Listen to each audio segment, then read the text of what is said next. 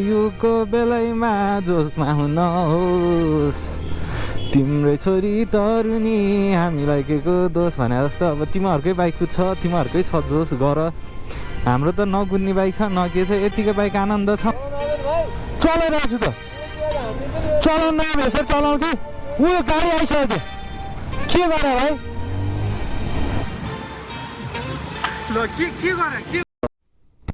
So hello and नमस्ते hope you guys are fine है म पनि सन्चै आरामै छु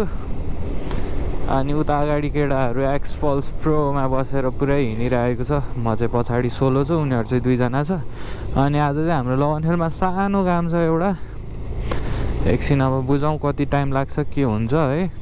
अब त्यो काम भ्याइएपछि चाहिँ अनि हामी एकछिन कतै घुम्न निक्लिन्छौँ त्यही हो अनि कस्तो क्या यो के बोल्ने हुन्छ अहिले त बोल्ने बित्तिकै अनि बोल्न नि सकिँदैन कि राम्रोसँगले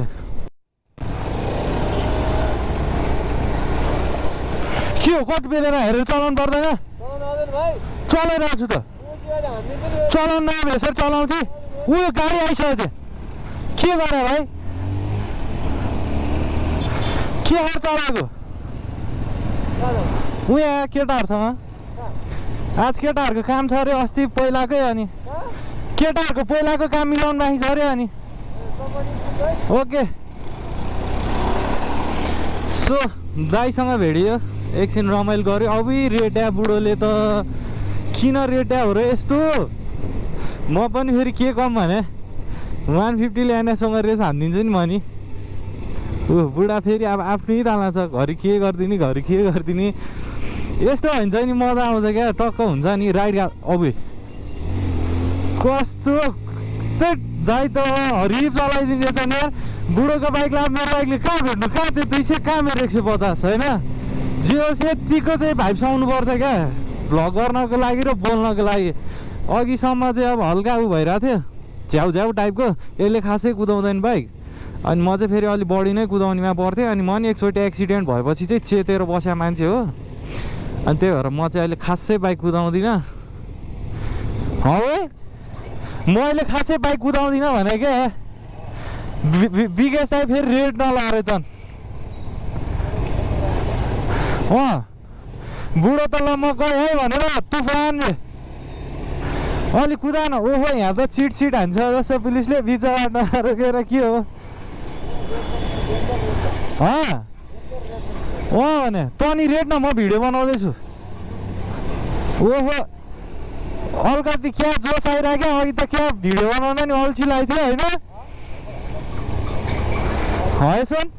अघि भिडियो बनाउनु क्या अल्छी लाग्थ्यो दाइले रेटेपछि चाहिँ क्या मजा आइरहेको एकछिन गाह्रो छ काठमाडौँको बाटो यस्तै जाम त्यो दाइ त पप गर्दै कहाँ पुग्छ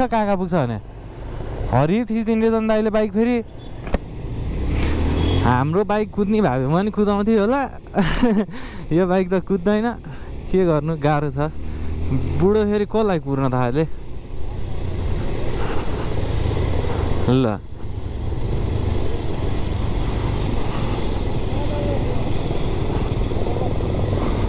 अब यसरी बाइक त कुदाउनु नहुने थियो है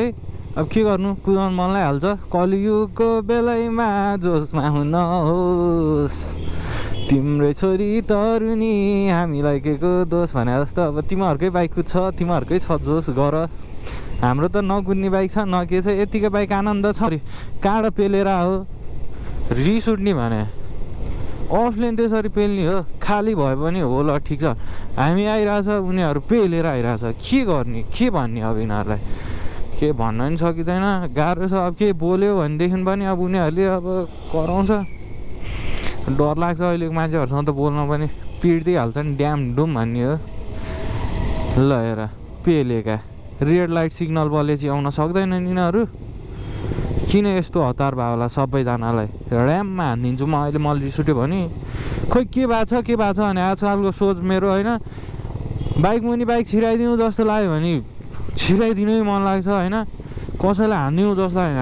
दशा लागिरहेछ क्या आजकल चाहिँ वाइल्ड होइन किन हो थाहा छैन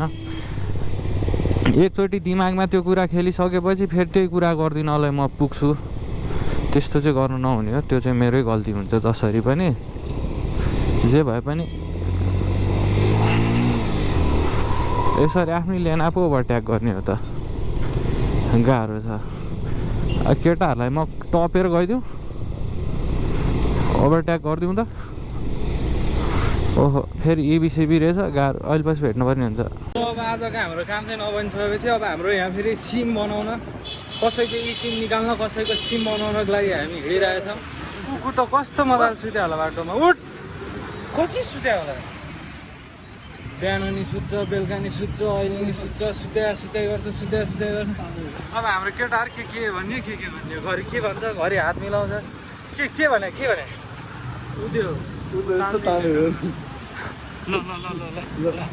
हेर्दा भनेको ल हेर्दा ल के गरे ऊ आज अनि डमी हो नि त। अब यस्तो तल हिँडेछ हिजो एउटा हाल्यो, अब यो हुन्छ, अब यो हाल्छु। त्यही त अब हामीले हाल्न ट्राई गरिरहेको छौँ, डेली दिन खोजिरहेका छौँ होइन। जे होस् राम्रो हुन्छ भन्ने कुरा। कलका चल्नलाई पिटाइ खानुपर्ने छ। मलाई तिमीहरूले कुटाउ नि त, म भिडियो बनाउँदै हिँड्छु, तिमीहरू मेरो भिडियो किन बनाऊ भनेर। गाह्रो छ, गाह्रो।